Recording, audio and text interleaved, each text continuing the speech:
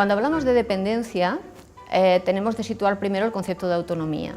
Es lo contrario. La autonomía es cuando una persona puede decidir, gestionar y proyectar su modelo de vida. En cambio, la dependencia es cuando por edad, enfermedad o discapacidad esta persona ve alterada todo lo que son sus actividades básicas de la vida diaria. Las personas podemos padecer dependencia ligada a una situación física, por ejemplo, una persona que tiene una fractura, una persona que tiene un accidente, bien por la edad, porque de forma progresiva va perdiendo una serie de funciones, va teniendo una serie de alteraciones o deterioro de alguna manera de algunas de sus funciones, puede tener una dependencia psíquica en aspectos de relación, en aspectos de comunicación, en aspectos de orientación, o puede tener una dependencia emocional. Una persona, por ejemplo, un duelo mal vivido, una persona que no ha podido trabajar o aceptar una situación de pérdida, puede comportarle una dependencia de su entorno más cercano que la limita para tener una vida diaria normalizada.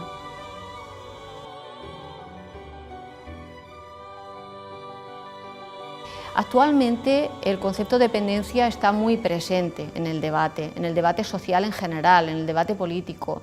Actualmente nos encontramos con una Europa que envejece, una demografía y una esperanza de vida, un avance tecnológico de recerca que hace que las personas vivamos más años, pero importa mucho actualmente el concepto calidad de vida, cómo vivimos.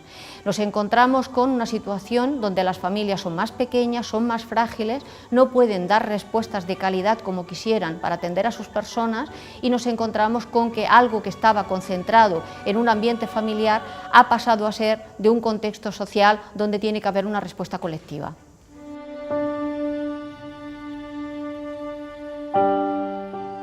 A nivel español diríamos que existen en este momento más de 8 millones de personas que tienen más de 65 años. Además, nos encontramos con que más de 20 millones de personas que son mayores de 50 años tienen algún problema crónico de salud. Desde la Orden de San Juan de Dios damos respuesta a través de una fundación de atención a la dependencia donde tenemos un programa de atención domiciliaria. Aquí estamos contemplando cómo la mayoría de las veces mujeres llaman pidiendo ayuda a nivel domiciliario para poder continuar manteniendo a estas personas a nivel familiar.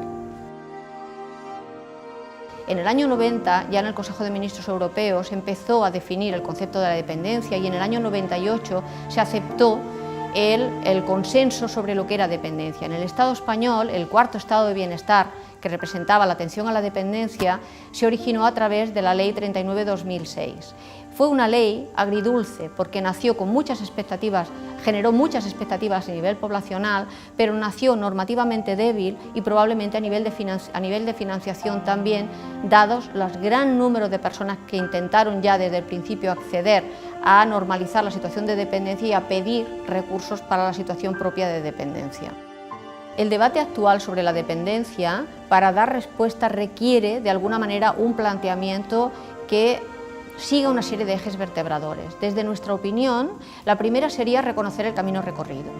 La segunda sería escuchar a las personas dependientes. Hay encuestas que ellos han expresado que quieren y ellos quieren mayoritariamente ser atendidos en su domicilio con servicios sociosanitarios. Por otro lado, hemos de tener en cuenta que el ámbito de lo que significa el modelo cultural. El Estado español tiene un modelo familista, es decir, la familia ha hecho frente a todas estas situaciones. Actualmente creemos que no se debería romper ese modelo, se debería ayudar y crear puentes para que la familia pueda seguir dando respuesta, pero no solos no pueden en este momento.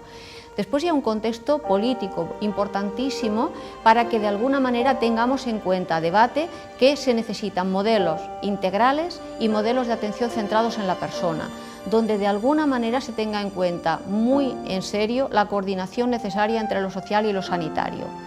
De otro lado, también hemos de contemplar mucho las diferencias territoriales. Por otro lado, importantísimo tener en cuenta la atención a los diferentes colectivos. La dependencia no solo afecta a las personas mayores, la dependencia puede afectar a cualquier edad de la vida. Podemos presentarnos en un momento determinado a un domicilio y contemplar que hay una mini UCI en un comedor para atender a un niño con pluridiscapacidad. Esas familias necesitan ayuda para de alguna manera normalizar su proyecto de vida. No es fácil.